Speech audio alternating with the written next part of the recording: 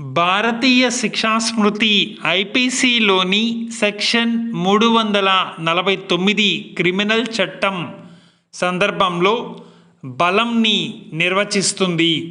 ఇది ఒక వ్యక్తి మరొకరిపై ఎలా బలప్రయోగం చేశాడని చెబుతుందో వివరిస్తుంది.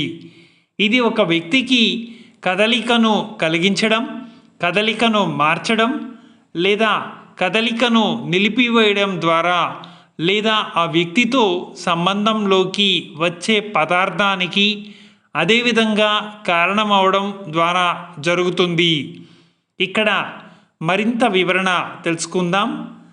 మరొక దానితో చలనం, చలన మార్పు లేదా చలన విరమణకు కారణం కావడం. దీని అర్థం ఎవరినైనా కదలకుండా నేరుగా నెట్టడం, లాగడం లేదా ఆపడం. మరొక పదార్థానికి సంబంధించిన పదార్థానికి చలనం, చలన మార్పు లేదా చలన విరమణ కలిగించడం. దీని అర్థం ఒక పదార్థాన్ని కర్ర, వాహనం మొదలైనవి ఉపయోగించి ఆ వ్యక్తిని కదిలించడం, వారి కదలికను మార్చడం లేదా కదలకుండా ఆపడం. బలాన్ని ఉపయోగించే విధానం. ఒక వ్యక్తి బలప్రయోగం చేస్తున్నాడని చెప్పడానికి ఐపీసీ 3 మార్గాలను పేర్కొంటుంది. 1. వారి సొంత శారీరక శక్తి ద్వారా.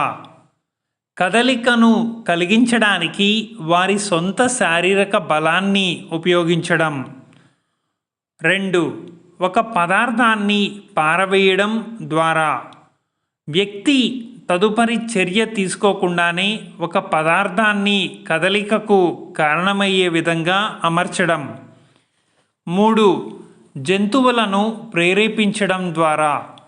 జంతువును కదలడానికి, దాని కదలికను మార్చడానికి లేదా కదలకుండా ఆపడానికి ప్రేరేపించడం. ఈ సారాంశంలో వాంటా లీగల్ ప్రకారం సెక్షన్ 349 బలం అనేది మరొక వ్యక్తిని లేదా ఒక పదార్థాన్ని వారి అనుమతి లేకుండా కదలడానికి, దాని కదలికను మార్చడానికి లేదా కదలకుండా ఆపడానికి బలవంతం చేసే చర్యగా నిర్వచిస్తుంది. దాడి, నేరపూరిత బెదిరింపు మరియు ఇతర సంబంధిత నేరాలకు సంబంధించిన నేరాలను అర్థం చేసుకోవడానికి ఈ నిర్వచనం చాలా ముఖ్యమైనది.